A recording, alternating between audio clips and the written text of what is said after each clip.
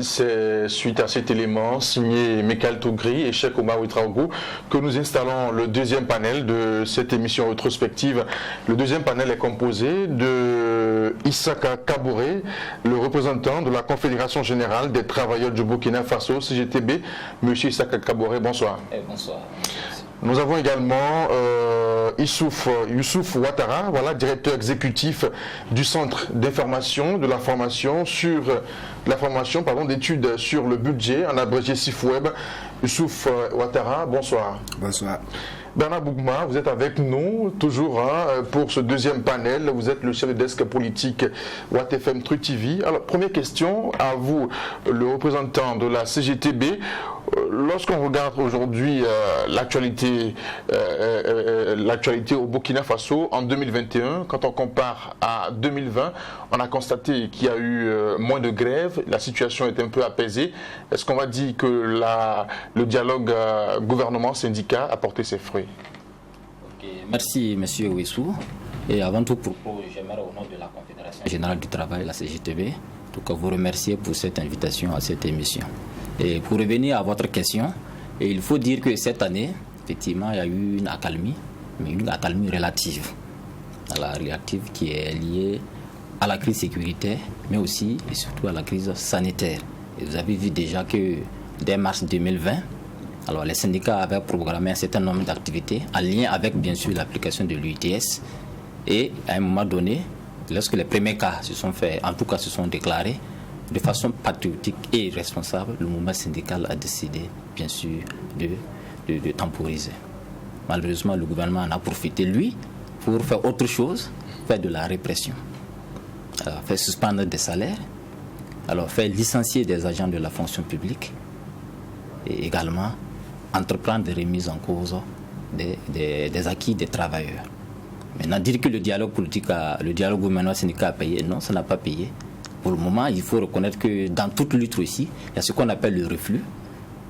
Voilà, donc il faut s'arrêter, revoir vos forces, revoir les faiblesses et puis bien sûr relancer. Je crois que c'est dans cette étape que nous sommes actuellement. Alors, quand on parle de lutte syndicale, on parle de rapport de force, vous l'avez dit tantôt. Donc vous estimez qu'aujourd'hui le rapport est en faveur du gouvernement, c'est ce qu'on doit comprendre? Non, je ne sais pas ce que j'ai dit. J'ai simplement dit il y a des raisons qui ont fait qu'il y a eu accalmie parce qu'il y a la crise sécurité et de façon responsable, le mouvement syndical a estimé que ne pouvait pas quand même mettre la vie des militants en danger. C'est pour ça que nous avons décidé de temporiser. Maintenant, aujourd'hui, il est dit, il y a aussi également un reflux qui fait qu'il faut qu'on analyse les forces, les faiblesses avant de... Mais ça ne veut pas dire que, bien sûr, le gouvernement a la partie supérieure. D'autant plus qu'il y a eu des activités ou en tout cas des manifestations qui ont émaillé, bien sûr, l'année 2021. Alors, Bernard Bougma, c'est vrai que Simon Ouissou l'a rappelé, en tout cas, juste après l'élément qui nous a été proposé par Michael Tougri et Cheikh Omar Ouedraogo. C'est vrai, comparativement à 2020, il n'y a pas eu trop de mouvements côté syndicat, très peu de grèves. C'est vrai qu'on a eu la réponse du représentant de la CGTB, mais selon vous, comment vous analysez cela? Alors, cette accalmie, est-ce que c'est dû justement au rapport de force qui a changé? Parce que pour beaucoup, la solution qui a été trouvée par le gouvernement, qui est la coupure de salaire, a certainement créé des difficultés de mobilisation au sein des syndicats. Votre regard là-dessus? Non, il n'y a pas que la crise sanitaire seulement. 2020 d'ailleurs, il y a eu aussi moins de mouvements. Mais 2020, c'était beaucoup plus, en grande partie lié à la crise sanitaire, où beaucoup de rassemblements étaient interdits. Voilà, donc même les cultes, à un moment donné, les cultes ont été suspendus. Les classes d'école ont été fermées. Donc, la maladie à coronavirus a été pour beaucoup. Mais même avant 2020, à partir de 2019, les mouvements, à un moment donné, avaient commencé à baisser. Parce que l'avis juridique qui avait été donné sur le sit-in, qui était également l'une des armes du mouvement syndical, a joué sur les mobilisations. Étant donné que ça a été reconnu maintenant comme fait de grève et que vous pouvez être, comme on appelle ça, faire l'objet de coupures, ça a joué sur la mobilisation. Voilà. Et ensuite, il y a eu quelques réponses plus ou moins satisfaisantes qui avaient été données également à certains corps de métier. Et j'ai dit bien, ça a également contribué.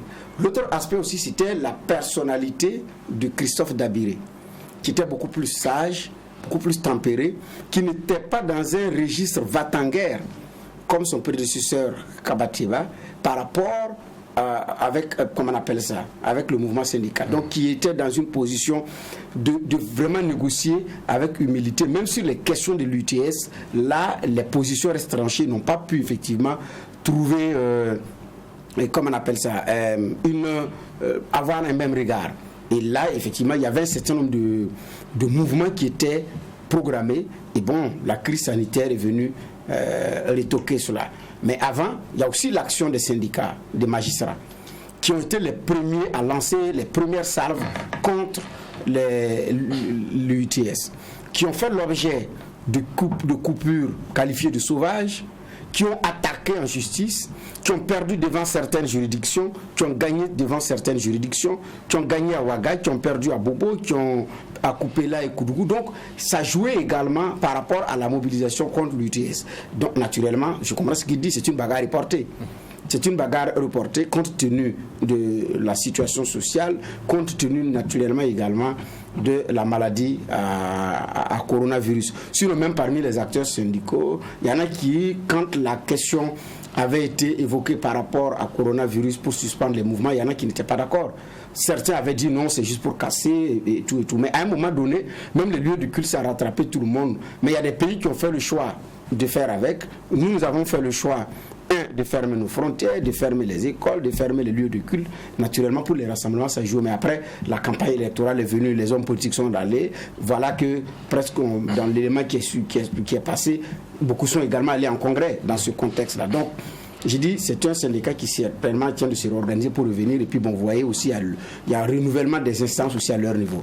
La CGTB a changé, le SINCHA a changé, d'autres seront en congrès s'ils ne le sont pas également.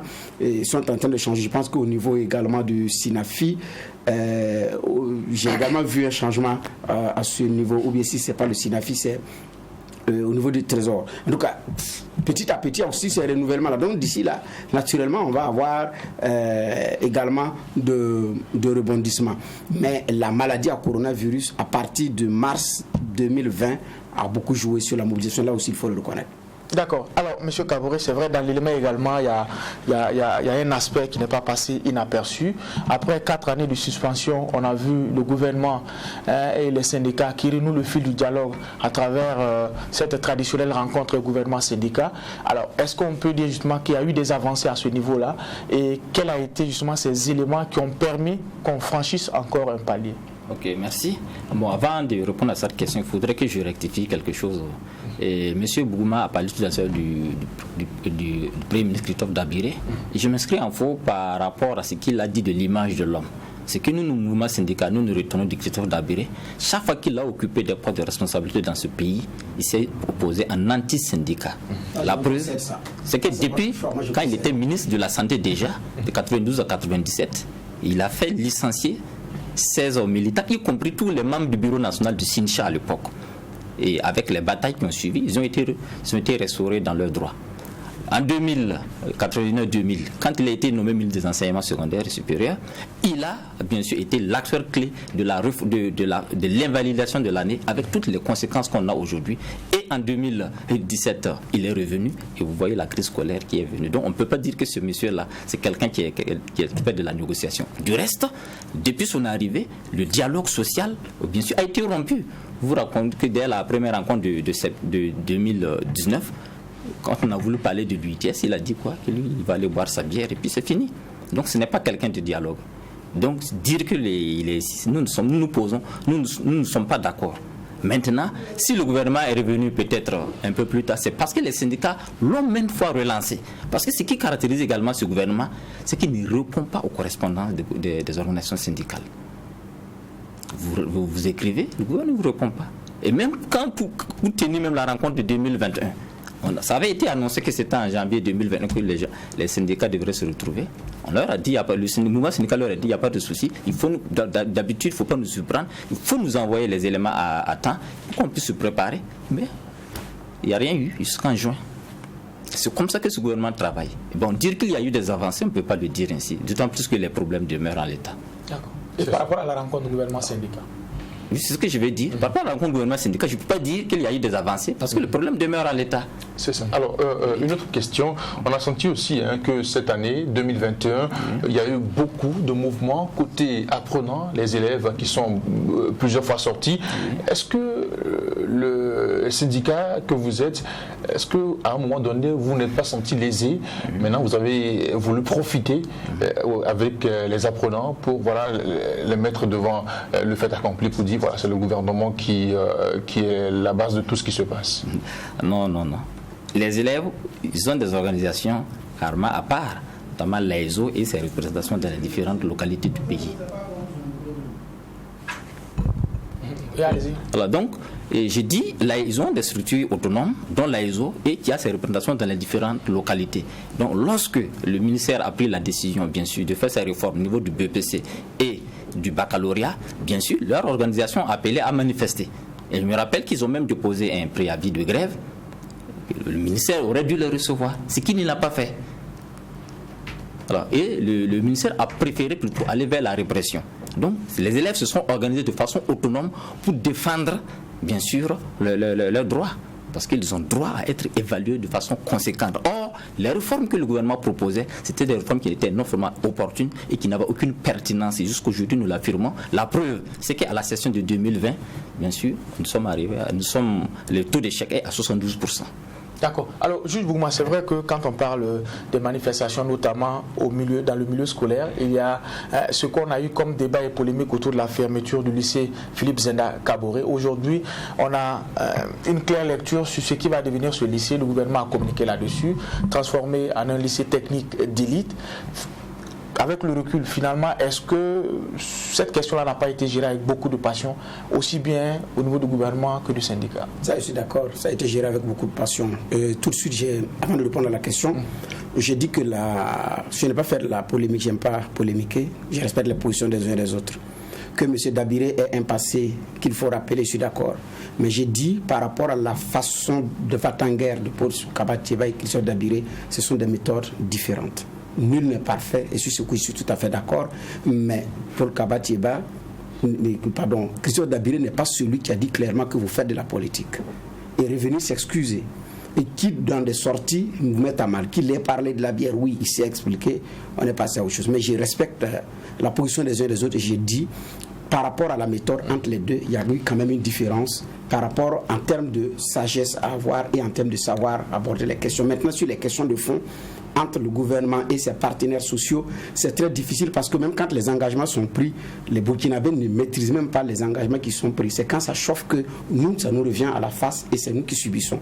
Maintenant, ce sont vos partenaires, c'est vous qui parlez. Quand vous entrez en salle, dans les autres détails, moi je ne peux pas rentrer là-dedans. Mais par rapport, en fait, j'ai fait la comparaison entre lui et son prédécesseur. Et c'est là que j'ai fondé mon propos. Donc je reste dans le contexte du fondement de mes propos.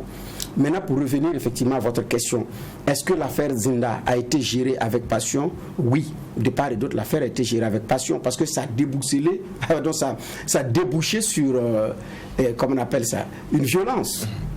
Donc, avec incendie des véhicules, incendie des tables-bancs, comme on appelle ça, incendie, saccage et incendie de tout ce qu'il y a eu au niveau de l'administration. Donc, et puis une répression policière, naturellement, qui s'est invitée et qui a contribué à envenimer la situation. Dès lors, ça devient très difficile de l'aborder sans passion. Et l'ensemble des acteurs ils l'ont abordé avec passion, que ce soit du côté du gouvernement ou que ce soit au niveau des élèves. Maintenant, il y a aussi ceux qui ont joué les intermédiaires entre les deux, que ce soit les partenaires sociaux et les parents d'élèves. Et même sur la question, les parents d'élèves ne parlent pas le même langage d'un parent d'élève à un autre. D'un acteur du système éducatif à un autre, ils ne parlent pas le même langage. On l'a abordé avec passion. Mais en faire un lycée d'excellence, est-ce qu'on était obligé d'attendre cette crise pour créer un lycée d'élite, un lycée d'excellence? J'ai dit non. Donc on a trouvé seulement un argument, un prétexte pour fermer le Zenda et puis rapidement passer à autre chose. Mais il fallait expliquer, le gouvernement a su trouver des paroles pour sortir par le haut. Sinon, si c'est pour en faire un lycée d'excellence, ça se dit, on n'attendrait pas naturellement cette crise. Et le professeur Waro et les autres membres du gouvernement ont trouvé une solution. Pour eux, il faut casser du Zenda pour casser de l'AESO. Et je crois que c'est beaucoup plus orienté dans ce sens que la volonté de nous déposer un lycée d'excellence. Ce n'est pas le Marienne. Le Nelson a aussi les mêmes problèmes par rapport à la qualité des bâtiments qui demandent à être rénovés. Ça, c'est clair, c'est à peu près les mêmes choses. Ils ont les mêmes problèmes, des murs qui chointent, des plafonds qui veulent tomber ou qui n'existent plus. Mais qu'en est-il de, par exemple, cette rénovation? Si les vacances avaient été mises à profit pour pouvoir rénover ce lycée, là déjà on se dit, oui, il y a une rénovation et le Nelson, le Zenda, il y a un travail de fond qui arrive, mais là on ne l'a pas vu. Je pense que c'est un argument facile qui a été trouvé et on fait avec. Maintenant, est-ce que ça va devenir véritablement un lycée d'élite? Là, c'est au résultat qu'on va juger. Alors, Simon Wissou l'a dit, pour ce panel, on va parler économie et front social. Quand on parle d'économie, c'est un secteur transversal. Alors, M. Ouattara, est-ce que justement la question du front social peut impacter aujourd'hui la question de mobilisation des ressources, et cette accalmie-là n'a pas quelque peu, je dirais, favorisé ou amélioré le climat des affaires au Burkina Faso? Effectivement, quand on observe surtout de 2019, la paralysie constatée au niveau de l'administration, donc le bouillonnement du Front social a fortement impacté, on va dire négativement, la capacité de mobilisation de ressources. Fort heureusement pour 2021, il y a d'autres facteurs qui ont affecté la mobilisation des ressources, mais vraiment pas le facteur social, parce que là, on n'a pas constaté vraiment beaucoup de perturbations et de ruptures dans le fonctionnement de l'administration. Donc c'est beaucoup plus d'autres facteurs qui ont perturbé l'activité économique et par conséquent aussi la capacité et le résultat en termes de mobilisation de ressources. D'accord, quand on parlait de ces facteurs-là, c'est certainement la double crise, crise sécuritaire et crise sanitaire aujourd'hui. Alors, côté gouvernement, en termes de réponse, est-ce qu'on a su faire preuve de résilience en adaptant les budgets avec les réalités qu'on a actuellement? Oui, je pense que pour 2020 déjà, il y a, en plus des mesures sociales, le gouvernement avait édicté des mesures fiscales qui avaient consisté d'abord à décider d'une exonération d'un certain nombre d'acteurs de certaines taxes et impôts, par exemple la patente ou la contribution du secteur informel, maintenant appelée la contribution des moyennes entreprises. Alors, donc, il y a eu certains avantages qui ont été accordés à certains acteurs économiques. Et aussi, le gouvernement avait voté un budget de 100 milliards pour soutenir les acteurs économiques qui avaient été fortement touchés par la crise. Et 70 milliards avaient déjà été dégagés en 2020 et le reste donc en 2021. Je pense que ça permet effectivement de renforcer les acteurs qui avaient été touchés par la crise, même si nous avons fait un travail là-dessus, même si en termes de ciblage, ce qu'on a constaté, c'est que il y a beaucoup de gens qui ne sont pas satisfaits et qui estiment qu'ils méritaient, ils ont été fortement touchés par la crise, mais ils n'ont pas reçu le soutien nécessaire. Ça veut dire que peut-être dans le ciblage des acteurs, il aurait fallu s'y prendre mieux pour pouvoir effectivement s'assurer que les ressources vont vers les acteurs concernés. Donc, en matière de mesures fiscales, on peut dire que le gouvernement a vraiment pris les mesures, mais comme je l'ai dit, il y a beaucoup de facteurs qui vont au-delà des niveaux de contrôle du gouvernement, qui sont donc la Covid, mais aussi le facteur sécuritaire. Parce que, comme vous le savez, le budget, il est fonction du dynamisme de l'activité économique.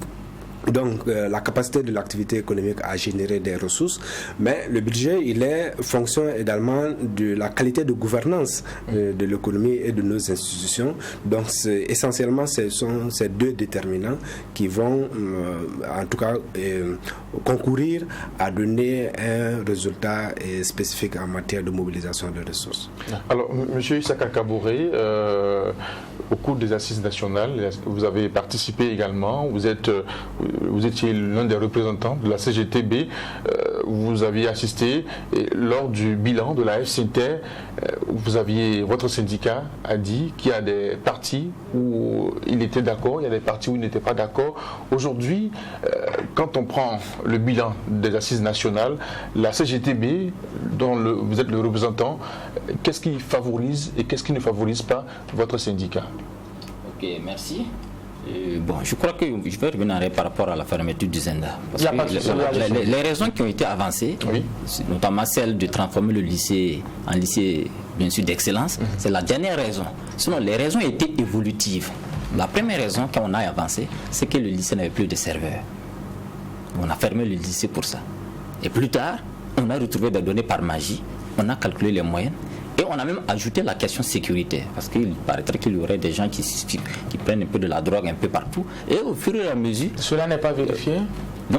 Je veux dire que la raison qu'on a pour fermer les Zenda ne tienne pas. Je ne dis pas que peut-être il y en a peut-être dans tous les lycées aujourd'hui, il y en a certainement du trafic de drogue, pas forcément le fait des élèves, mais aussi d'autres personnels qui ne sont pas du lycée. Mais ce que je veux dire, les raisons avancées ont été des raisons qui sont des raisons plus ou moins mensongères pour fermer le lycée. Et finalement, aujourd'hui, nous sommes au niveau des lycées dits. En fait, la raison dernière, c'est transformer le lycée en lycée de référence.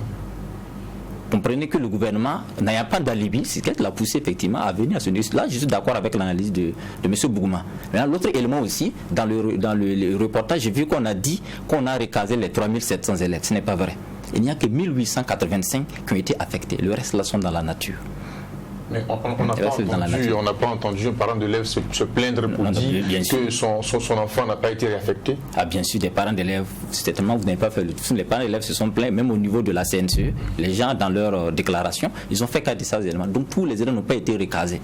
Mais nous, quand même, la rédaction de WattFM Tru TV s'est rapprochée du bureau des parents d'élèves du Zenda pour essayer de comprendre un peu l'évolution de la situation. Mais j'avoue quand même que ce bureau, avec son président, n'a pas voulu s'exprimer. Ok, moi je vous donne l'information qu'il n'y a que 1885 élèves qui ont été casés. Des informations à vérifier. Voilà. Et le lycée qui est fermé, il faut le dire, c'est un lycée de 75 classes qui fait environ 19 CG. C'est ça. Voilà. Alors, donc je disais, vous aviez assisté aux assises nationales. Il y a eu plusieurs points sur lesquels vous étiez d'accord, d'autres points également sur lesquels vous avez posé votre veto, votre refus catégorique. Est-ce que vous pouvez revenir un tout petit peu sur ces différents points-là? Ok, merci. Alors, par rapport aux assises nationales, il faut dire que dès le départ, le document même qui nous avait été donné n'était pas le bon. C'est sciemment fait. Parce que ce qu'on nous a remis, c'était le document qu'on a remis aux régions, qui devraient l'amender, l'enrichir et avoir une nouvelle version pour les assises nationales. Or, on nous a remis le même document. Ce n'est que le jour des travaux. Ils sont venus avec un fichier numérique, disent qu'ils se sont trompés et que c'est le nouveau document comme ça. Donc on était obligé de travailler sur un fichier numérique que nous n'avons pas et qu'on n'a pas pu travailler là-dessus. Néanmoins, nous avons réussi à défendre nos positions. Parce que quand vous regardez la configuration des assises nationales, on a mis le protocole d'accord signé en 2018 en premier point. Donc l'objectif du gouvernement n'était pas d'améliorer, de faire améliorer la qualité de l'éducation, mais c'est plutôt de remettre en cause des acquis qu'il estime que ça joue sur le budget de l'État, notamment le protocole d'accord. Et effectivement, en cela, au niveau des assises, nous avons tenu à défendre nos positions. On a dit clairement que le protocole d'accord a été signé entre le gouvernement et les syndicats, avec d'autres entités, notamment les chefs religieux qui étaient venus comme témoins. Donc on ne peut pas ramener ça dans une assise pour que des gens analysent alors qu'ils n'ont pas les éléments pour ça. Puisque c'est à ça, il y a la gratuité scolaire que vous voulez remettre en cause. Et nous avons dit non. La gratuité scolaire est consacrée dans la loi d'orientation, la loi 013 AN de 2007, qui dit que, bien sûr, l'école devrait être gratuite. Et le décret, l'arrêté de 2017 devrait faire en sorte que l'année scolaire 2020-2021, l'école soit entièrement gratuite en termes de frais de scolarité. Mais le ministre Ouaro a décidé le 26 août, bien sûr, avec son collègue du MEFID, et ça, c'est fini.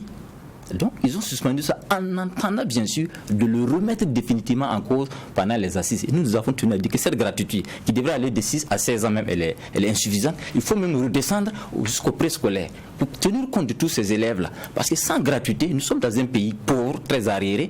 Sans gratuité scolaire, bien sûr, on ne peut pas envoyer le maximum d'enfants à l'école. Donc, la tendance du gouvernement, c'est de remettre tout ça en cause. Mais il faut comprendre que ce soit les réformes ou que ce soit les assises nationales, là, ça obéit à une orientation. Ces orientations, c'est l'orientation de la Banque mondiale qu'ils voudraient que nos pays-là jouent sur deux pôles. C'est-à-dire la maîtrise, ce qu'ils appellent coût unitaire, et bien sûr la diversification des sources de financement ou d'investissement. C'est-à-dire que l'État doit dépenser moins par exemple, pour le recrutement d'étudiants à l'université, on doit faire en sorte qu'il y ait moins de diplômés, il doit faire en sorte qu'il y ait moins d'étudiants pour que la charge de l'État soit moindre. En même temps, on doit inviter les parents d'élèves dans l'autre axe, c'est-à-dire la diversification des sources de financement, à prendre en charge les frais de scolarité de leurs enfants. Donc vous voyez que la gratuité ne peut pas arranger le gouvernement à ce niveau. Donc il y a bien d'autres points, par exemple les conférences pédagogiques, qui sont des cadres de formation pour les personnels de l'éducation. Figurez-vous qu'on avait proposé que l'enseignant fasse les conférences là, de façon gratuite. Ce qui n'est pas possible. Et vous voyez, cette année, le ministre a réduit le nombre de jours. Il a fallu même que quelqu'un, c'était un député, qui a défendu, qui a dit même que c'est une honte. On ne peut pas demander aux acteurs de faire des conférences gratuitement. D'autant plus qu'il faut mettre les moyens. Parce que lui, il est enseignant. Il estime qu'on ne peut pas avoir une éducation de qualité sans mettre les moyens. Les autres pays, là, c'est ce qu'ils ont fait. Pourquoi dans une assise, on doit venir dire que les gens doivent faire les conférences gratuitement? Nous, c'est notre position. On n'est pas d'accord. Il faut mettre, parce que c'est des cadres de formation. Il y a aussi la suppression du CEP et du second tour du BPC. Nous avions dit que le CEP, sa suppression pose problème à plusieurs niveaux. D'abord, c'est un diplôme motivant pour les élèves. Quand ils finissent leur cycle, ils ont le BPC, ils sont contents. Ensuite, c'est un diplôme qui est rattaché à des postes de la fonction publique qui sont rattachés au certificat. Donc, si vous supprimez, que deviennent alors ces emplois? L'autre élément, puisqu'ils avaient dit que quand les élèves ont le CEP, il y a un goulot d'étranglement qu'il faut qu'ils ne peuvent pas poursuivre les études. Non, on leur a dit que ce n'est pas le certificat, le diplôme qui fait qu'il y a goulot d'étranglement. Ce qui fait qu'il y a goulot d'étranglement, c'est parce que l'État refuse de construire les infrastructures. Si vous n'avez pas d'infrastructures en 6e pour accueillir ces milliers d'élèves, mais il va de soi que, bien sûr, il y a un goulot d'étranglement. Et nous, on a proposé, il faut qu'on construise. Quand vous prenez les conseils de gestion, les documents, là, allez-y voir la partie construction, c'est toujours 0 francs.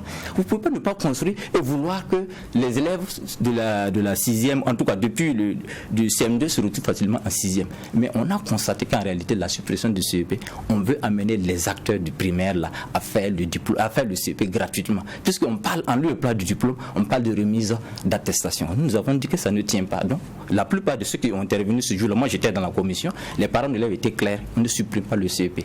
Maintenant, le second tour du BPC, ils ont fait comprendre que pour le second tour, il suffit de rabaisser le rachat, en tout cas, ou d'augmenter la fourchette de rachat pour prendre les gens. Là, on supprime le second tour. Nous, on leur a dit, d'abord, si c'est le second tour, même à l'université, les sessions de rattrapage existent dans le système LMD. Donc, on ne peut pas supprimer au niveau du secondaire. Ensuite, les raisons qu'ils avancent. Parce que le second tour, là, un élève peut être à 40 points, il peut avoir 200 points, il lui manque 40 points pour avoir le BPC, et un autre est à 37, il reste 3 points. Mais je suis sûr qu'après le second tour, celui qui a moins 20, moins 40, il se retrouve avec le BPC, avec une très bonne note. Par contre, celui-même qui a 3 points, là, il échoue. Donc, les critères qu'ils veulent envoyer pour réduire les arrachats, pour prendre, ça ne tient pas compte, ce n'est pas équitable. Donc, nous avons dit de rejeter ça. Voilà autant d'éléments sur lesquels nous avons dit qu'ils ne sont pas d'accord. Alors, Bernard Bougma, quand on regarde un peu plusieurs points sur lesquels la CGTB n'est pas d'accord, on prend l'annulation du CEP, le second tour au BPC. Quand je prends l'exemple de l'annulation du second tour au BPC, on sait que c'est une décision qui est appliquée dans plusieurs pays de la sous-région. Est-ce que aussi il n'est pas quand même important de permettre au gouvernement d'aller sur ces différents points-là? Non, je suis d'accord. Nous ne vivons pas en vase clos. Donc je suis d'accord qu'on tienne compte des réalités des autres pays pour avancer. D'ailleurs, nous sommes ensemble dans des regroupements régionaux, sous-régionaux, CEDEAO, UEMOA, Union africaine, et j'en oublie. Mais la question fondamentale, c'est quel Burkinabé de demain nous voulons, c'est quelle éducation nous voulons donner, c'est tout. Ça ne nous permet pas quand même, ça nous permet de nous mettre toujours en retard quand on regarde l'évolution de la situation. Ce n'est pas une affaire d'abord de retard. C'est une affaire de ce qui j'ai besoin et qu'est-ce que je lui donne pour sa formation. C'est d'abord ça. Nous formons pourquoi? Et c'est qui nous voulons former, avec quel rudiment. C'est beaucoup plus ça, la question essentielle.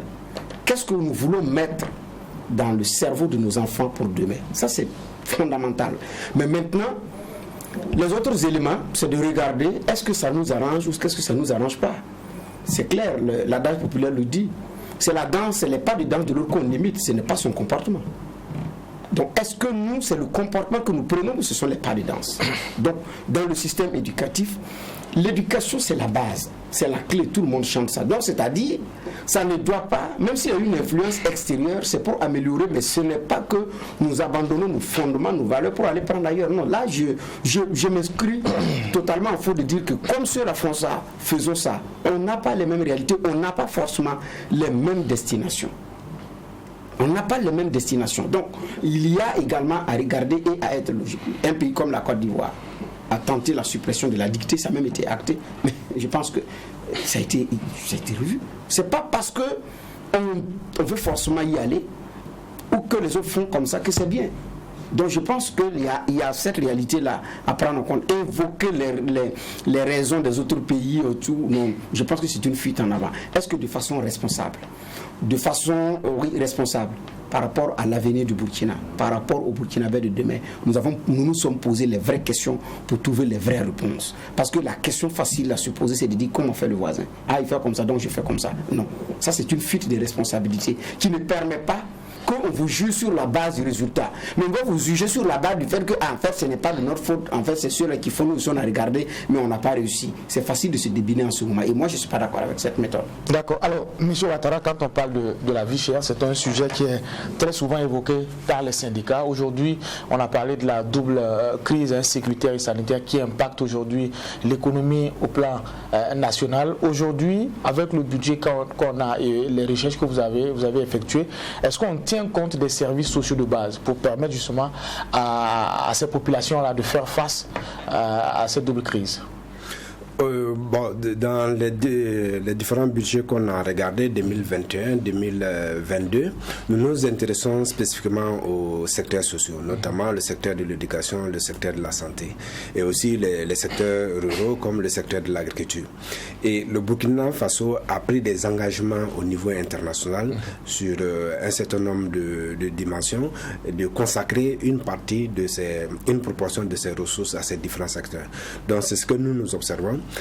Pour le secteur de l'éducation, nous nous rendons compte que effectivement nous sommes aujourd'hui pour le budget 2021 de l'ordre de 26%, et ce qui est vraiment proche de l'indicateur qui est prévu, de l'engagement pris et au niveau international. Mais au niveau de la santé, nous sommes toujours en deçà donc de ces ambitions, également dans le secteur de l'agriculture. C'est vrai que ces engagements ont été pris à un moment où l'équation de développement du Burkina ne se posait pas avec les mêmes variables. Donc aujourd'hui c'est beaucoup plus complexe, mais on se dit que si on consacre plus de ressources dans des secteurs comme l'éducation et la santé, parce que comme vous le savez, le budget c'est un instrument de redistribution des richesses. Voilà, le budget et les politiques publiques, ce sont des instruments de redistribution de richesses. Ça veut dire que les populations les plus démunies, il faut trouver des mécanismes qui permettent de les soulager de certaines charges. Je pense que c'est pour ça que dans le secteur de la santé, dans le secteur de l'humanitaire, on a des mesures de gratuité, donc qui permettent à certains qui n'ont pas les moyens de se soigner et de s'éduquer pour pouvoir contribuer à l'effort de développement. Et ça, c'est très important, y compris dans le secteur de l'éducation avec les bourses, parce que les Burkinabés ne partent pas sur la même base d'égalité. Voilà. Donc c'est pour ça que ces secteurs sociaux sont importants, parce que ça va permettre de prendre en compte effectivement les autres Burkinabés qui n'ont pas les moyens pour pouvoir, comme je le dis, contribuer à l'action économique. D'accord. Il y a peut-être quelque chose qu'il faut préciser. Pardon. Alors, en situation de crise, comme on l'a dit, ça impacte négativement les mécanismes de mobilisation des ressources. Alors cela commande aussi qu'il y ait une bonne gouvernance pour préserver le peu qu'on a. Alors, votre regard en tant que premier responsable du CIFOEB sur la question de la bonne gouvernance au Burkina Faso, parce que en 2021, comme on l'a dit, il y a encore des révélations sur des cas de malversation. Votre regard là-dessus? Non, le budget, c'est deux dimensions. C'est d'abord les recettes et ensuite les dépenses. D'abord, dans la gouvernance des recettes, ça veut dire la question du civisme, du civisme fiscal, on va dire. Cette question se pose. Et aussi les mécanismes d'administration et de collecte de nos ressources. C'est très récemment qu'on constate qu'il y a eu beaucoup d'efforts maintenant en matière de technologie, et donc on intègre de plus en plus les technologie dans le système de recouvrement, ce qui diminue le pouvoir discrétionnaire des agents et du coup diminue aussi les risques de déperdition de ressources dus justement à des mauvais comportements. Donc ça, c'est déjà un bon atout. Et aussi, si on prend le volet dépenses, c'est là où il y a beaucoup de manquements en termes de gouvernance. Parce que d'abord, en termes d'allocation de ressources, d'allocation des crédits, nous observons, il y a une rubrique qu'on appelle acquisition des biens et services. Ça veut dire c'est les frais de transport, c'est les frais de location et de l'administration, les frais de carburant et ainsi de suite. Nous constatons sur la durée de 3 ans, depuis 2018, une croissance de cette rubrique, même si les 2 dernières années, il y a une certaine constante. Au contraire, on s'attend à une réduction de cette rubrique qui va traduire une réduction effectivement du train de vie de l'administration. Et parce qu'il y a certaines dimensions comme les salaires, vous ne pouvez pas les diminuer. Mais pour ce qui est des charges de fonctionnement, vous pouvez les diminuer. Vous prenez le cas avec la maladie coronavirus, beaucoup de gens travaillent aujourd'hui avec les moyens de communication, on va dire des rencontres par la voie électronique. Mais dans notre administration, on n'a pas su faire cette transformation pour permettre de réduire ce train de vie de l'État. Donc ça, c'est une grosse préoccupation. Mais aussi la question de la corruption et la question de la qualité de la dépense publique.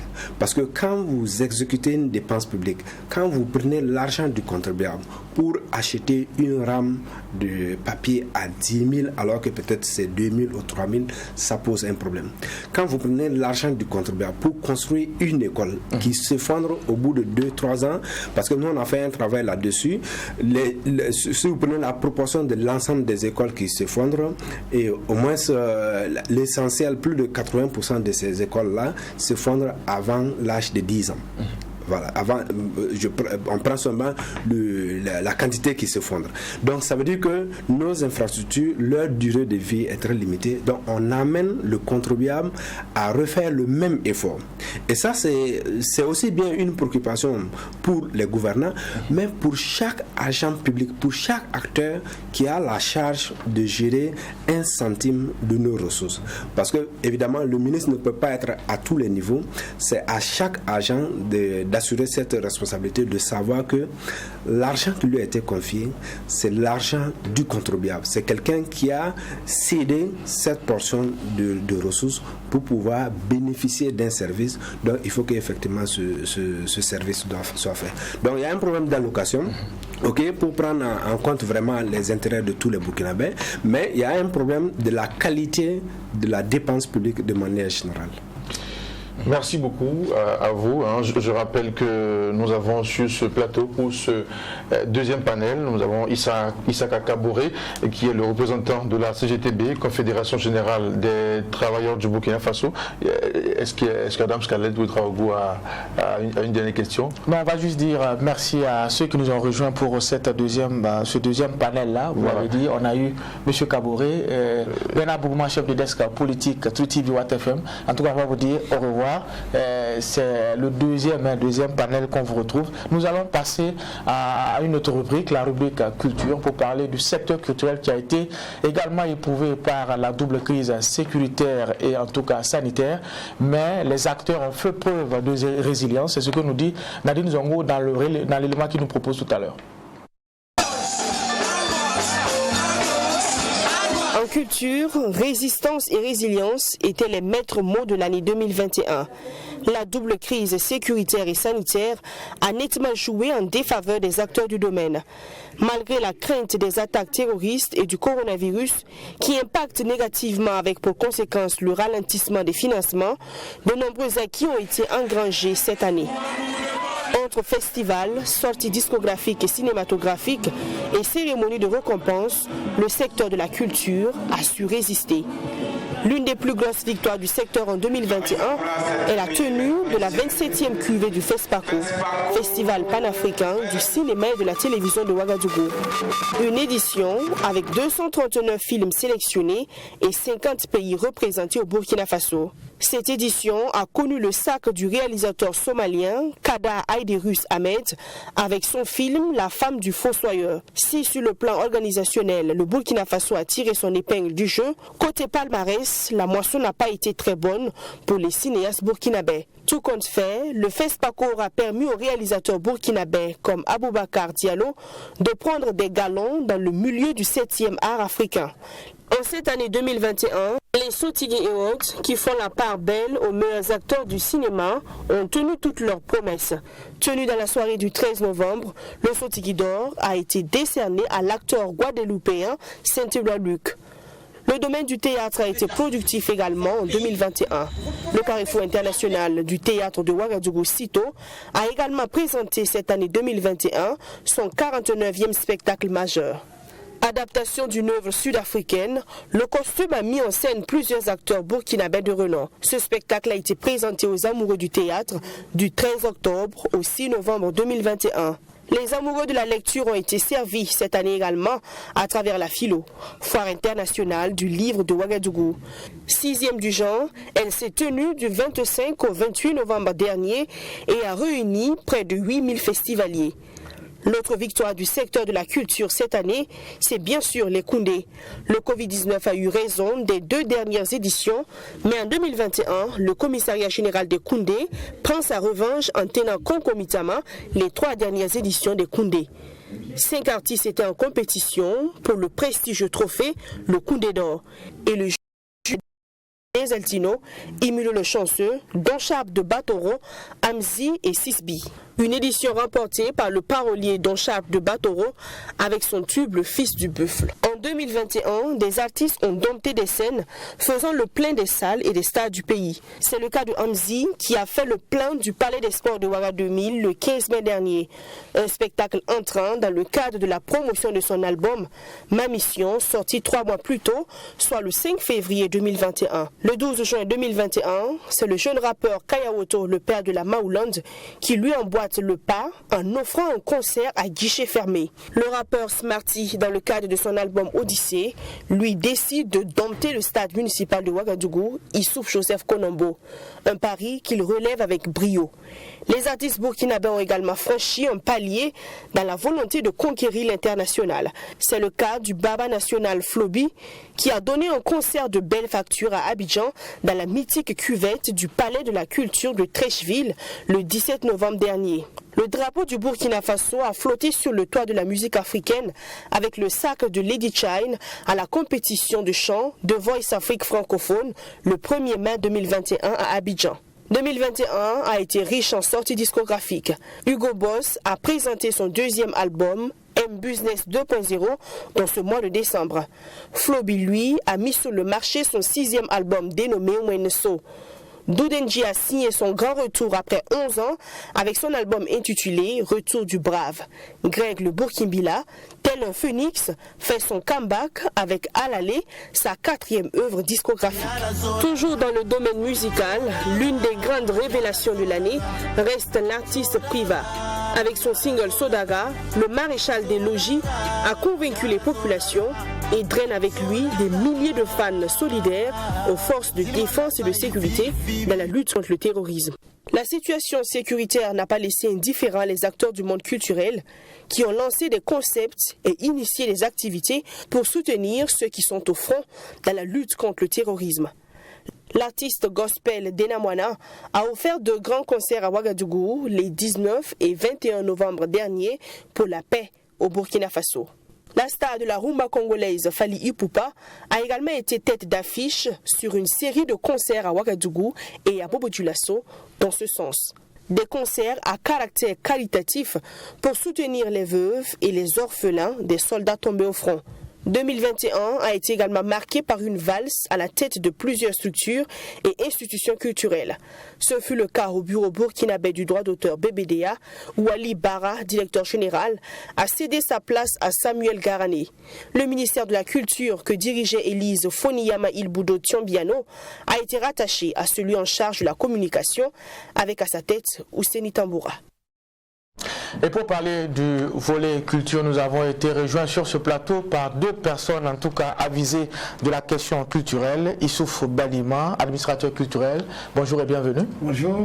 Nous avons également sur ce plateau Hervé David Onla, journaliste culturel. Merci d'être venu sur le plateau de Twi TV de WATFM. C'est moi qui vous remercie. Bonjour. Alors, l'élément, en tout cas, donner l'essentiel de ce qu'on peut retenir pour l'année 2021, un secteur culturel qui a été durement touché. Mais les acteurs ont fait preuve d'imagination pour rester debout. Des grands rendez-vous sont tenus, les Koundé, les NAC, on a eu le FESPACO. Est-ce qu'il n'y a pas lieu de féliciter en tout cas ce secteur-là, qui malgré les difficultés, arrive à tenir quand même? Moi je dis tout à fait, à 100%, d'autant plus qu'il y a même plus d'événements, n'est-ce pas, culturels, des festivals, des cérémonies ont été organisés en 2021. Mieux que certaines années, 2020, 2019, 2018. Il y a plutôt une recrudescence justement des éléments culturels en 2021. Il y a eu des artistes, des sommités internationales qui ont foulé le sol burkinabé. Personne ne pouvait l'imaginer, d'autant plus que nous avons une double crise sanitaire et puis sécuritaire. On sait un peu ce qu'on dit du Burkina Faso à l'extérieur. Est-ce qu'il y a encore certains pays où on peut franchir? Mais si vous regardez même l'ensemble des pays africains uniquement, il y a beaucoup, n'est-ce pas, des pays qui n'ont même pas fait des spectacles. Je pense au Togo, je pense au Gabon, où pratiquement la pandémie, n'est-ce pas, continue à sévir là-bas. Mais nous, en plus de la pandémie, il y a encore cette insécurité qui fait en sorte que parfois on se dit, est-ce qu'on pourra faire un spectacle, est-ce qu'on peut rassembler 1000, 2000 personnes? Vous avez vu dans ce reportage, il y a eu, pour une fois, ces jeunes ont rempli le palais de la culture avec 5000 personnes, voire plus le stade avec Smarty. Dans un contexte où on se dit que l'insécurité règne partout et puis on réussit à organiser un tel événement. Il y a Fally Ipupa qu'on a vu tout à l'heure qui est venu, la superstar mondiale qui vient remplir les stades de Burkina Faso. Moi j'estime que cette résilience vraiment a été vraiment perçue au niveau de la culture plus particulièrement. D'accord. Alors M. Balima, les Burkinabés aiment leur culture, ils aiment leur musique. Cela s'est largement démontré en 2021.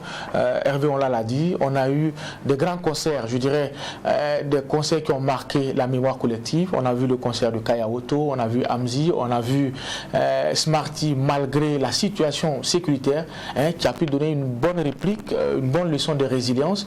Est-ce que finalement, ce débat-là sur la question de la qualité des artistes burkinabés, est-ce que ce n'est pas un débat révolu? Ce qu'il vaut peut-être, c'est l'architecture, c'est les moyens et les hommes qu'il faut à la place qu'il faut. Oui, mais si vous chutez sur les moyens, on est tous d'accord que l'argent, c'est le nerf de la guerre. Mais c'est comme le disait Hervé tout à l'heure, le secteur culturel burkinabé ne s'est jamais autant bien comporté qu'en 2020. Quand on sait qu'il y a une bonne partie du territoire aujourd'hui que nous n'arrivons plus à exploiter du fait de l'insécurité, et que malgré tout ça, on a autant de sorties, autant de concerts, et surtout pour une première fois, un artiste burkinabé s'essayait au Palais de la Culture d'Abidjan, sur la mythique salle de 4000 places. On peut dire qu'on a en ce moment les crocs ouverts pour attaquer l'international. Et c'est à saluer. On a même les grandes organisations ont tenu le pari. Je pense au Koundé qui était le dernier événement, très difficilement, il faut le dire, mais on est resté quand même sur la table de la compétition. Et ça, c'est à saluer. Tout à fait. Les événements ont certes été reportés, mais ils ont été tenus. C'est vrai qu'il parlait de Koundé, il y a eu le grand FESPACO. On connaît, on sait les dates habituelles, mais compte tenu justement de la situation, on a décidé de reporter, mais ça s'est très bien tenu. C'était même ça la grande interrogation. On se disait, est-ce qu'il faut véritablement organiser le FESPACO dans ce contexte sanitaire et sécuritaire? Le FESPACO s'est déroulé sans un hic, sans accroc. C'est vrai que maintenant on rentre dans le contexte organisationnel. Est-ce que techniquement ça s'est bien passé? Ça, c'était pas ça le plus important. Le plus important, c'était d'organiser l'événement, de rassembler autant justement d'acteurs. Il y avait combien? Il y avait 1500, il y a eu plus de 500 films on peut dire 150 000 festivaliers qui sont venus pendant ces 6-7 jours-là. Donc ça prouve éventuellement que le secteur culturel en 2021 s'est super bien comporté. Moi je salue un peu cette bravoure, cette résilience. Et surtout, c'est vrai que moi je vois certains artistes, que ce soit musiciens ou des comédiens, qui décident même parfois d'outrepasser même parfois certaines frontières en se disant qu'ils vont aller au-delà de Bobo Dioulasso, au-delà de telle ville pour aller faire des spectacles. Malgré le contexte d'insécurité qui est hors des grandes métropoles. Donc moi je me dis que la culture quand même s'est super bien comportée pour montrer quand même à la face du monde qu'on continue toujours à vivre et surtout à faire de la culture parce que c'est le bastion justement de notre développement. Alors quand on sait que durant cette année-là, vous aviez été beaucoup plus critique sur certaines productions dans le fond.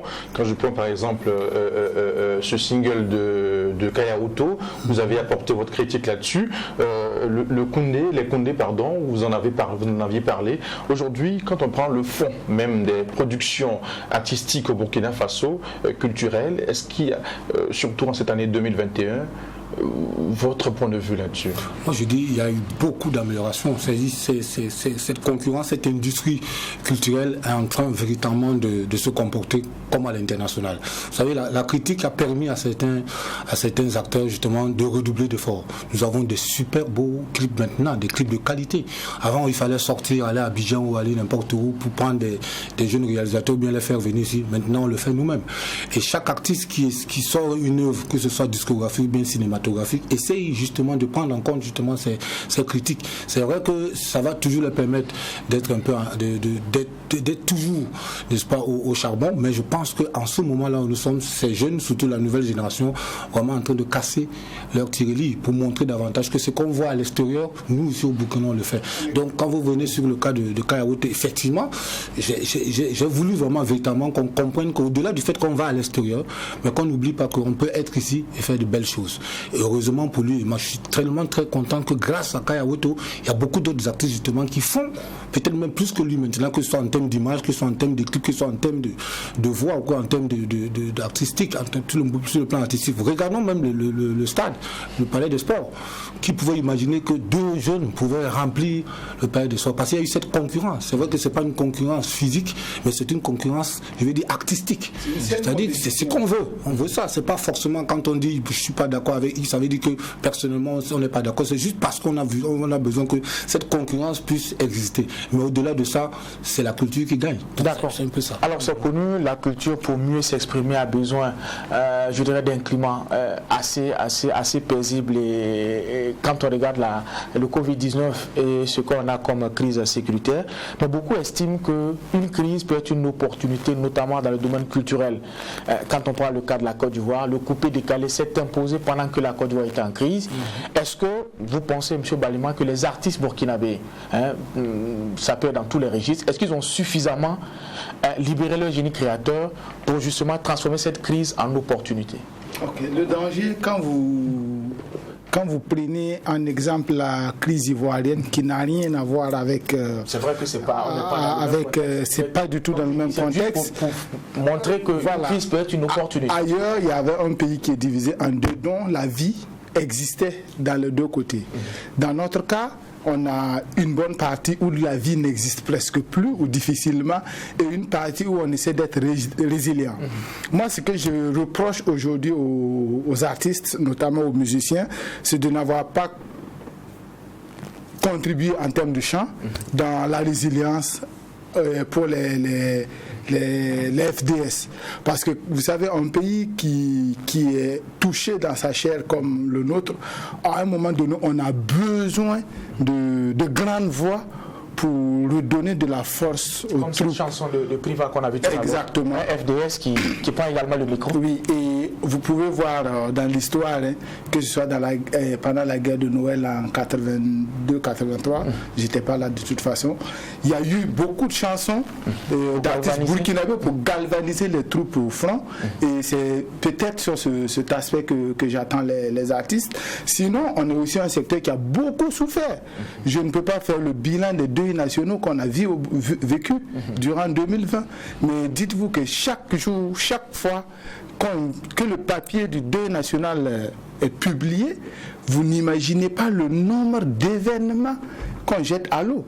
Mais malheureusement, personne ne vous appelle pour savoir comment vous vivez après. Et lors du dernier DG, je disais que si l'on continue comme ça, à un moment donné, nous serons nous-mêmes des déplacés internes dans nos propres maisons. Moi, par exemple, j'avais mon festival qui était tout calé, et depuis 8 mois. Et puis, il y a 2 jours, il y a un décret qui annule les festivités du 11 décembre. Mais personne ne me demande, par exemple, comment je survis après tout ça. Pourtant, vous savez qu'on est dans un secteur aussi économique, on dépense beaucoup d'argent, on injecte beaucoup de ressources.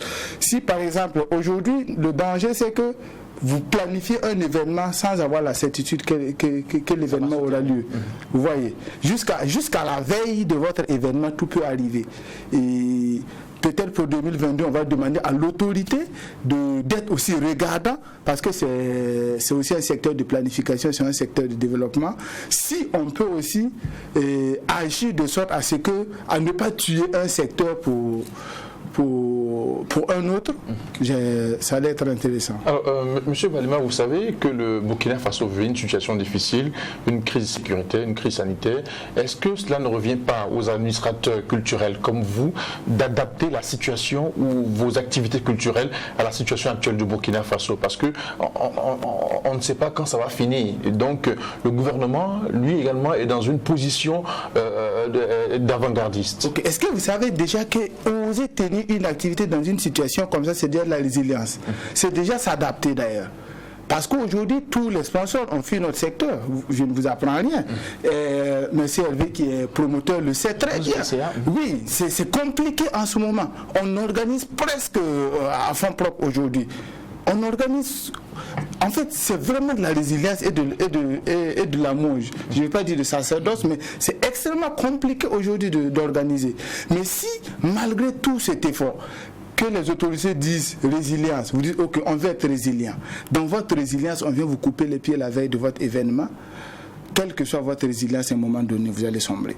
D'accord. Alors, David, la culture, c'est une vision. Il faut de la volonté politique.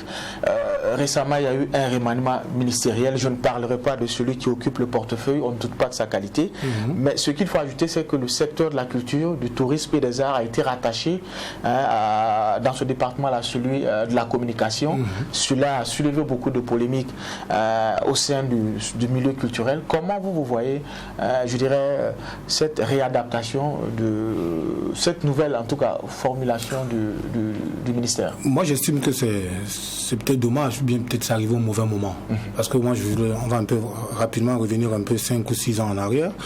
Notre département, le ministère de la Culture, le gouvernement de Roch, en 7 ans, ils ont changé pratiquement 5 ministres, pas pratiquement 5 ministres. Nous, la culture a besoin de stabilité. Pourquoi tout le temps il faut changer de ministre? Je pense que c'est le seul département du gouvernement qui a changé autant de ministres. Est-ce qu'il y a une crise au sein de la culture? Non. Est-ce que la culture ne fonctionne pas? Non. Est-ce que c'est des hommes qu'on doit forcément changer pour que notre culture avance? La culture se comporte très bien, à mon humble avis. Est-ce qu'il faut tout le temps enlever des têtes à gauche, à droite et en poste? À chaque fois qu'on enlève un ministre, on reprend 3-0. À chaque fois qu'on prend des grandes décisions sur le niveau de la culture, moi j'estime que laissons les acteurs culturels faire des propositions et que ces ministres, ou bien ce ministre qu'on met souvent à la tête, qui puissent travailler avec ces acteurs culturels. Ce n'est pas uniquement ce ministre qui va changer forcément la donne, d'autant plus que ceux des ministres qu'on a envoyés dans nos départements ne maîtrisaient même pas le secteur. Donc moi j'estime que j'ai besoin qu'il y ait une stabilité sur 3-4 ans et qu'après son départ, qu'il y ait une véritable continuité. Mais malheureusement, il y a un chamboulement, encore que c'est le département ministériel, le ministère qui a le moins de budget. Donc maintenant, on rattache donc, pour répondre à votre question, on rattache donc ce grand département de la culture qui bouge beaucoup, pratiquement tous les jours, à un autre département qui est aussi très costaud, qui est la communication. Moi, j'estime que les doléances déjà qui existaient depuis de par le passé au niveau de la culture seront en berne. Parce qu'on va essayer de prioriser un certain nombre de choses. On a toujours dit ça, que la culture vient toujours quand tout le monde est content, comme si la culture c'est un département de réjouissance, à sorte qu'il y a de l'intellectualisme, là, il y a du développement, il y a de l'économie, mais on va toujours considérer que comme c'est rattaché au niveau de la communication, bon, la culture, on verra ça après, on va mettre un délégué là-bas, ou on va mettre un SG là-bas qui va résoudre les problèmes culturels. Mais j'ai bien peur que les acteurs culturels ne remontent encore au devant de la scène pour revendiquer un certain nombre de choses. Je pense qu'il faut de plus en plus, surtout dans dans cette situation actuelle où la résilience a fait en sorte que la culture soit toujours en avant, qu'on puisse davantage mettre l'accent sur les activités culturelles et touristiques. Mais j'ai bien peur. Issou Balima, il y a une autre décision qui n'a pas été, je dirais, assez bien perçue par certains acteurs culturels. C'est la décision, par exemple, du Premier ministre de demander aux membres de son gouvernement de limiter au maximum, je dirais, le parrainage des activités culturelles. Pour beaucoup, la qualité d'un événement, ou bien souvent la mobilisation autour d'un événement, dépend souvent des parrains politiques, notamment le ministre, qui donne un cachet solennel à la chose. Votre regard par rapport à cette D'accord, je vais peut-être dire une phrase sur la disparition du ministère de la Culture. Vous n'avez pas voulu le dire comme ça, vous avez essayé de maquiller. Mais c'est dommage. C'est une disparition. C'est dommage que dans le PNDS 3, on élève la culture comme un secteur de planification avec beaucoup d'ambition. Non, c'est le PNDS 2. Non, je veux dire, dans l'axe 3 du PNDS 1, il était déjà là, et dans le PNDS 2, il était bien visible. Ça veut dire que c'est un secteur qui portait beaucoup d'ambition pour le Burkina Faso. Et puis voilà, un bon matin, on décide de le supprimer. En fait, on ne l'a pas jumelé. Si on avait entendu le ministère de la Communication, de la Culture, des relations avec le Parlement des aides et du tourisme, peut-être c'était un jumelage. En fait, on a relégué la culture au bas-fond. Et dire au même moment, parler au même moment de réconciliation, au moment où on supprime la culture, c'est un échec planifié. Parce que la patrie même déjà est culturelle. Ça veut dire qu'on dit Burkina Faso et puis on est fier de dire qu'on est burkinabé là, c'est culturel. Donc si on estime qu'il faut reléguer d'abord notre appartenance, ça veut dire nos valeurs, et puis aller faire la guerre maintenant, pourquoi? Aller se battre aujourd'hui, pourquoi? Ça n'a pas de sens. Mais bref, et par rapport au parrainage. En fait, j'allais dire que c'était une très bonne décision. Si ça ne cachait pas d'autres, je vais dire quoi? Il y a des agendas cachés? S'il n'y avait pas d'autres agendas cachés. Moi, je suis d'accord. Et je suis très content d'ailleurs quand j'ai vu la décision. La décision du... Bon, est-ce que c'est une décision? Le commentaire du Premier ministre. Il faut dire qu'aujourd'hui, on est dans un pays où l'État fait moins d'efforts pour la survie des acteurs du privé. Est-ce que vous comprenez? Surtout au niveau de la culture. Donc, c'est devenu presque un modèle économique pour certains événements. Puisque on a plus d'adversaires en face de nous, qui sont des multinationales qui ont beaucoup de ressources et qui, malheureusement, financent moins la culture. Vous comprenez? Et du coup, notre seul rempart, en fait, le seul rempart de certains événements, c'est de se rabattre sur ces parrainages, ces patronages, ces cousinages, ces bons petillages et tout ce que vous voyez. Maintenant, derrière, il faut reconnaître qu'il y a eu de l'abus. On a eu des ministres ici qui passaient plus à la télé que certains artistes pour dire à quel point ils étaient tellement fréquents, hyper médiatisés. Si la décision c'est pour résoudre ce problème d'hyper-médiatisation de certaines personnes qui, à la limite, devient un djangioba pour leur propre tête, et que derrière, c'est pour structurer, je suis d'accord. Mais si c'est juste pour écarter la compétition, la concurrence, pour que ce soit la tête du Premier ministre qui soit beaucoup plus en avant, alors là, il faut regretter. Moi, ce que je salue, et peut-être que je condamne, pour corroborer un peu avec ce qu'il dit avec quelques nuances, c'est ce culte de la personnalité de certains hommes politiques, de certains ministres. C'est le ministère qui parraine, c'est pas le ministre. C'est ça, il faut faire la nuance. J'ai souvent dit, à chaque fois quand cette décision est parue, moi j'ai beaucoup salué ça. Mais c'est le ministre qui chapeaute le ministère. Oui, mais bien sûr. Mais en fait, ça ne veut pas dire qu'à chaque fois qu'on a besoin d'une demande, quand on va organiser un événement, il faut forcément qu'on voit le ministre. Non, on fait une demande et puis on dépose sur le ministère. Il y a un service qui s'assoit et qui décide justement si on peut accompagner tel événement. Mais ce n'est pas forcément le ministre, parce que c'est la tête du ministre. Il faut forcément que le ministre soit là. Non, le ministère peut continuer à soutenir nos activités. Moi, c'est ce culte de la personnalité des ministres que moi je condamnais. À chaque fois, parfois même ils appellent, il faudrait que c'est telle personne qui soit là, il faut plutôt celui-là doit être mon coparrain, parce que lui là, il y a des trucs, parfois on sent véritablement qu'ils s'impliquent davantage sur l'organisation d'événements parce qu'ils ont besoin d'être affichés avec tel. Moi je pense que déjà cette décision elle est bonne. La seconde chose, c'est effectivement faire en sorte que le mécénat puisse prendre le dessus. Et c'est ce qu'on veut. J'espère que c'est dans cette optique-là. Faire en sorte que justement le privé puisse davantage, n'est-ce pas, financer ou bien accompagner les événements culturels. Ce n'est pas le politique, ce n'est pas les ministères qui doivent financer. Nous sommes pas, le culturel ne va pas voir le ministère comme une banque.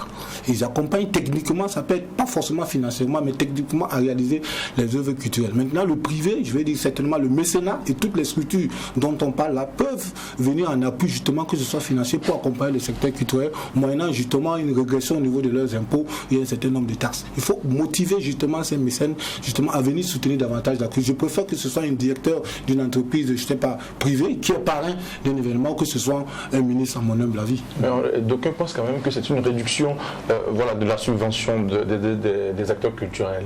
Moi personnellement, je n'y pense pas. Moi je pense pas. Peut-être que d'autres voient ça comme ça, mais moi je pense pas. Moi je pense que ça devait être aussi quelque part une façon aussi de réguler, à mon humble avis, le secteur. Parce qu'il y a beaucoup organisent, parfois à l'époque certains ministres demandaient d'organiser des petits juste pour faire plaisir à une communauté, des festivals qui n'existent pas, peut-être sur 2 ou 3 jours il n'y a pratiquement personne. Je pense que de plus en plus on va essayer de circonscrire un peu ces festivals afin de rendre un peu le secteur, l'activité événementielle plus professionnelle. Et moi j'estime celui ou bien celles qui vont financer des activités culturelles, on saura effectivement si ces activités culturelles vraiment portent le flambeau de notre culture ou pas. Parce qu'il y a des événements parfois désuets qui sont organisés ici mais qui sont financés, bien soutenus par des ministres, qui étaient soutenus par des ministres. C'est un peu ce que je voudrais qu'on essaye de réguler. Oui. Est-ce que vous savez que nous-mêmes là, ils nous fatiguaient même? Parce qu'une fois qu'ils intègrent ton protocole, tu perds même la maîtrise de ton propre événement. Tu as prévu pour commencer à 20h, il faut attendre le fameux parrain qui va quitter le conseil des ministres pour aller changer de veste avant de revenir. Souvent même c'était compliqué pour nous. Mais derrière, regardez notre secteur. On est en compétition avec les multinationales. On est en compétition avec l'État. Ça veut dire l'État organise les événements à notre place. À aucun moment il dit les acteurs venez, je veux organiser ça.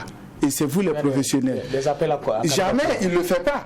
Même il organise lui-même son FESPACO, il organise lui-même sa SNC, il organise lui-même son CIAO. C'est à quel moment nous qui payons des impôts nous devons survivre? C'est ce qui nous est à un moment donné obligé à nous aligner sur des parrainages. Sinon, dans un pays où c'est dynamique là, vous pensez que j'ai besoin de la tête du ministre sur mon visuel? Ils occupent même nos visuels. À un moment donné là, tu as 5 têtes comme ça sur un visuel. Pourtant, c'est des visuels artistiques. On n'en avait même pas besoin. C'est parce que ce n'est pas dynamique. Merci beaucoup à vous. Merci pour ce panel culture. Nous étions avec Issouf Balima, il est administrateur culturel. Merci beaucoup à vous. Hervé David Onla, journaliste culturel, merci beaucoup à vous. C'est vrai qu'on n'a pas beaucoup de temps. On va vous accompagner avec c'était le récapitulatif de l'actualité sportive en 2021 et ce sera bien sûr le dernier panel avec John William Sonda. Et on va vous accompagner avec cet élément retro. Merci beaucoup d'être sur le plateau de Tro TV Watt FM. L'année 2021 au Burkina Faso aurait été riche en émotions sportives. Entre la médaille aux Jeux Olympiques de Hugo Fabrice Zango, le titre d'homme le plus fort du monde d'Iron Libby et la qualification des étalons pour la CAN 2021, le public sportif en aura eu pour son plaisir. Plus de 50 ans après sa première participation aux Jeux Olympiques, le Burkina Faso n'avait jusque-là jamais été sur le podium. Avec Hugo Fabrice Zango au triple saut, le Burkina Faso a rejoint le Gotha des pays médaillés aux Jeux. Une sacrée performance pour le Burkinabé, d'autant plus qu'il avait en face de lui le Portugais Pedro Pichardo et l'Américain Christian Taylor. Après un bond de 17,47 m, Hugues Fabrice Zango, champion d'Afrique en titre, s'est adjugé le bronze. Au pays nippon, Zango n'était pas le seul représentant burkinabé. Matt Kwala en heptathlon, Faisal Ouedraogo en taekwondo, Paul Domo en cyclisme et Adama et Angelica Ouedraogo en natation. Il y a eu également 2 athlètes burkinabés qui ont participé aux Jeux paralympiques à Tokyo. Ferdinand Compaoré compétissait en 100 mètres, 1500 mètres et en saut en longueur, et Victorine Guissou était inscrite en lancer de poids et javelot. À jamais au panthéon du sport burkinabé, Hugues Fabrice pourra se féliciter aux côtés de Cheikh Ahmed Sanoudi Iron Bibi, l'homme le plus fort du monde. Le burkinabé s'est montré capable de soulever une charge de 229 kg lors de la finale de la tournée mondiale de Giant 2021 en Écosse. Après 12 ans, les routes du Burkina Faso ont renoué avec le Tour du Faso, une 33e édition qui a consacré l'Allemand Daniel Bischmann. La consolation pour les étalons est le maillot du meilleur jeune obtenu par Paul Dumont. Le Burkina Faso a pu organiser le Tour du Faso cette année 2021, la 33e édition, après une édition manquée. Il s'est tenu le 29 octobre au 7 novembre 2021, après 10 jours de compétition. C'est le coureur allemand Daniel Bischmann qui termine leader avec le maillot jaune sur ses épaules. Cette 33e édition a été plus relevée au vu de l'adversité et la vitesse moyenne qui variait entre 48 et 50 km/h. Le Burkina Faso termine le tour avec le maillot du meilleur jeune revenu à Paul Dumont. Si Cholet a le sentiment le plus que jamais satisfait en dépit d'une élimination au deuxième tour des qualificatifs pour le mondial qatarien, les locaux ont déçu en se faisant sortir rapidement du CHAN camerounais. Les juniors pour leur part ont été éliminés en quart de finale de leur CAN face aux futurs finalistes ougandais. En club, c'est à un air de déjà-vu que l'on a assisté à l'élimination des clubs AS Sonabel et AS Faininga avant la phase de poule. On ne saurait faire le tour de l'année sans revenir sur la performance des étalons karatéka au Caire lors du dernier championnat d'Afrique. Dans la capitale égyptienne, les étalons sont revenus avec des médailles obtenues en kata par équipe hommes et dames et par Mohamed Kaboré en kubite sur les moins de 61 kg. Une performance qui permet au Burkina Faso de conserver son rang dans le top 10 africain. Dans ce récapitulatif de l'année, on pourrait également ajouter le premier titre en football de l'AS Sonabel, l'élection au poste de vice-président de l'Union des fédérations africaines de karaté d'Omar Yugo, ou encore de celle de Sylvestre Zaré à la tête de la Fédération africaine de pentathlon moderne. Merci beaucoup à Samy Thiam-Touré pour ce résumé de l'actualité sportive en 2021. Et pour ce dernier panel, nous sommes avec John William Somda, journaliste sportif Truth TV ATFM. John William Somda, bonjour. Bonjour Simon, bonjour Khaled. Merci d'être sur ce plateau. Alors, on vient de suivre l'élément de Samy Thiam-Touré. L'actualité cette année en 2021 a été riche, notamment sur le plan sportif également. Mais on va dire cette actualité qui a marqué beaucoup plus les Burkinabés, c'est bien sûr... Je dirais que c'est la médaille de bronze de Hugues Fabrice Zango, tout simplement, aux Jeux Olympiques, la première médaille du Burkina. C'est ça qui selon vous, selon vous. On va dire que c'est... Le Burkina participe aux Jeux Olympiques depuis 1972. Oui. C'est la toute première fois que le Burkina monte sur un podium aux Jeux Olympiques. C'est la première médaille. Une médaille olympique, il me semble, c'est, on va dire, le summum des récompenses qu'un sportif de haut niveau puisse avoir. Hugues l'a fait. Pour moi, c'est l'événement parmi les événements sportifs de l'année 2021. Qui a marqué plus les Burkina. C'est indéniable. À jamais, le premier médaillé olympique du Burkina. Peu importe la couleur de la médaille. Vous n'aurez plus un athlète qui va monter aussi haut. Si demain, Khaled revient avec l'or, on va dire à la boxe de poids lourd, on dira toujours que c'est après Hugues Fabrice Zango que Khaled a ramené l'or. Si toi, Simon, tu nous reviens demain avec l'or aux 100 mètres, ça sera toujours après Hugues Fabrice Zango. Maintenant, il y a eu d'autres événements qu'on pourrait classer juste après la médaille d'Hugues Fabrice Zango. Premier événement, le titre de l'homme le plus fort du monde, ramené par Cheikh Ahmed Sanoudi Iron Bibi. Alors pour le reste, ça restera des compétitions, soit de zone, soit des compétitions nationales. Donc pour vous, c'est Hugues Fabrice Zango qui a marqué... Indéniablement. Après avoir inscrit son nom dans l'annale, bien sûr, des Jeux Olympiques. Oui, bien sûr. Je vous le disais tantôt, une médaille olympique, un athlète ne peut espérer que cela. C'est un peu comme le ballon d'or pour les footballeurs. Si vous n'avez pas le ballon d'or en tant que footballeur, il est difficile qu'on vous classe parmi les meilleurs footballeurs. Et si vous n'avez pas de médaille olympique, on ne peut pas vous classer parmi les meilleurs athlètes. Ça, c'est indiscutable. Il y a aussi cette qualification-là à la Coupe du Monde qui a échappé aux étalons. Oui, il faut savoir seulement que même si les étalons passaient ce cap, ils ne se qualifiaient pas directement pour le mondial. Parce qu'il y a un dernier tour à satisfaire en mars-avril prochain. Ça fait 3 fois que le Burkina, on va dire, s'arrête si proche de la Coupe du Monde. Pour les éliminatoires de 2014, c'est ce fameux match à Blida où on perd 1-0 qui nous élimine. Pour 2018, on pourrait dire entre décrivent, c'est le match rejoué entre l'Afrique du Sud et le Sénégal qui propulse les Sénégalais au mondial. Et puis cette fois quelque part, c'est tout simplement le fait de n'avoir pas emporté à Blida en novembre dernier. On fait 2 buts partout. On reste sur le quai, mais je pense que c'est une élimination qui, quand même, quelque part, nous donne des motifs de satisfaction. L'écart supposé entre les Fennecs d'Algérie et nous n'est pas si grand que cela. D'accord. Alors, restons sur cette qualification qui a du mal à passer. Les étalons qui, jusqu'à présent, cherchent le ticket pour le mondial. Selon vous, qu'est-ce qui manque pour franchir ce palier-là? Qu'est-ce qui manque pour franchir le palier? Il faudrait, à mon avis, y croire davantage. Je dirais qu'hormis cette année, les 2 fois où on est passé tout près, la faute nous revient à nous. Face aux Algériens en 2013, on l'emporte à Ouaga 3-0. Au retour, on est qualifié. Parce que les 2 buts que les Algériens marquent, à mon avis, c'est des buts fortement évitables.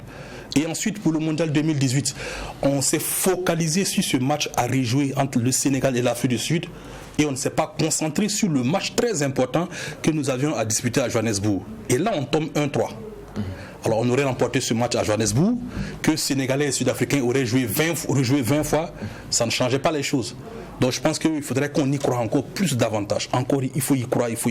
Figurez-vous par exemple que le Burkina sera à Dakar pour le match aller face au Sénégal. Le retour, c'est 4 jours plus tard à Ouagadougou. Les Sénégalais, le lendemain, embarquent à bord de notre compagnie nationale pour aller à Ouagadougou très tôt le matin. Et les Burkinabés louent un avion privé pour entrer au Burkina.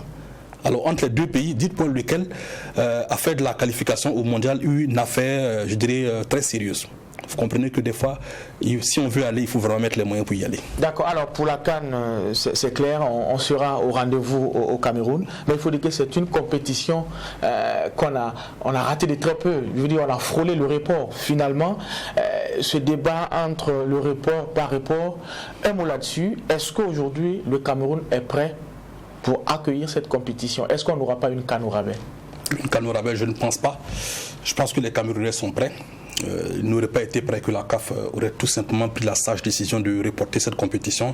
Mais je pense que s'il faut parler de report, il ne faut pas juger cette situation dans les capacités du Cameroun à organiser. C'est les clubs européens en vérité qui ne veulent pas laisser les joueurs africains venir disputer cette Coupe d'Afrique des Nations. Vous savez que certains clubs européens ne tiennent leur statut que par l'apport des internationaux africains qu'ils ont. Vous imaginez Liverpool qui va perdre Salah, qui va perdre Sadio Mané. Alors heureusement pour Liverpool que Matip décide de ne pas rejoindre le Cameroun, mais Salah, Mané et Naby Keïta seront donc à la CAN. Liverpool perd 3 éléments essentiels de son équipe. Ce n'est pas que Liverpool, il y a également d'autres clubs.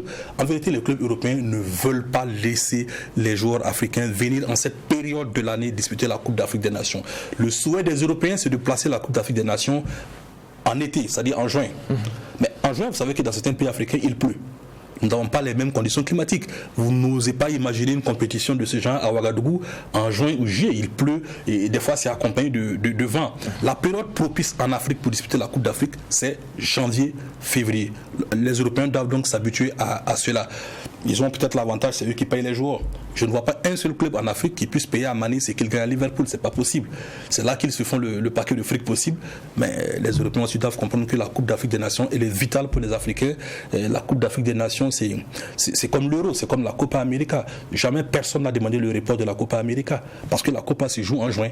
Donc les Européens ont la possibilité de libérer les joueurs. Mais pour l'Afrique, tenons compte des spécificités. Et là où les clubs européens, et là je dis que les clubs européens et la FIFA sont de très mauvaise foi. En décembre, il y a eu la Coupe arabe. Personne n'a parlé de report de la Coupe arabe. La CAN arrive en janvier, on parle de Covid. On parle de variant Omicron. Je veux juste savoir si pendant qu'on jouait la Coupe arabe, il n'y avait pas encore de variant Omicron. Les variants Omicron existaient en vérité et ne veulent pas laisser les joueurs africains venir dans cette période. C'est ça. Alors, parlons du Tour du Faso. Cette année, il y a eu le Tour du Faso. Le Burkina Faso est reparti seulement avec le maillot du plus jeune, avec Paul Daumont. Est-ce qu'on va dire que le Burkina Faso, l'organisateur, mais qui manque bien sûr à l'appel? Non, on n'organise pas le Tour pour le remporter, il faut le savoir. C'est le Tour international du Faso, c'est la plus grande fête du cyclisme en Afrique. C'est indiscutable. Les seules fois où le Tour ne s'est pas tenu, c'est pour des cas de force majeure. 2014, Ebola. 2020, pandémie du coronavirus. Sinon, à chaque fois, le Burkina tient le pari d'organiser cette compétition. Cette année, il faut dire que le niveau était élevé. Le niveau était extrêmement élevé. Vous avez vu que les vitesses moyennes oscillaient entre 48 et 50 km/h. À Ouaga, on a pour habitude de courir autour de 37-38. Donc on s'est retrouvé avec de sacrés clients, de sacrés challengers, mais ça n'enlève rien au niveau réel des cyclistes burkinabés et des cyclistes africains. Ça a été un tour qui n'a pas marché, certes on le concède, mais il faut dire qu'aujourd'hui, le Tour du Faso, c'est le rendez-vous incontournable du cyclisme africain.